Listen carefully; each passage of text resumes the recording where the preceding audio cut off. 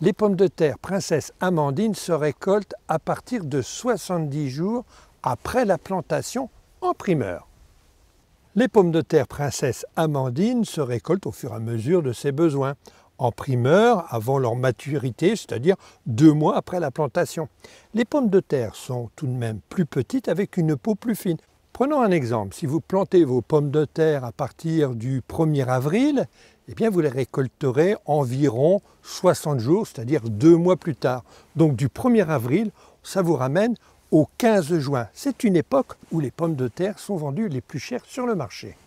Princesse Amandine est définitivement arrivée à maturité au bout de 90 jours de culture. Selon l'époque de plantation, elles seront mûres entre le mois de juillet et août et conservées ensuite pendant plusieurs semaines, voire plusieurs mois, dans un local frais à l'abri de la lumière. Comme toutes les pommes de terre, elles verdissent à la lumière, donc vous les stockez dans un endroit frais et surtout obscur. Une pomme de terre verte est toxique. L'arrachage est facilité par son mode de culture. Des pommes de terre butées sont plus faciles à extraire du sol. Un croc est suffisant pour sortir les tubercules. Quel que soit l'outil utilisé, il faut éviter de blesser les tubercules sous peine qu'ils s'abîment ensuite. Les pommes de terre blessées sont consommées aussitôt.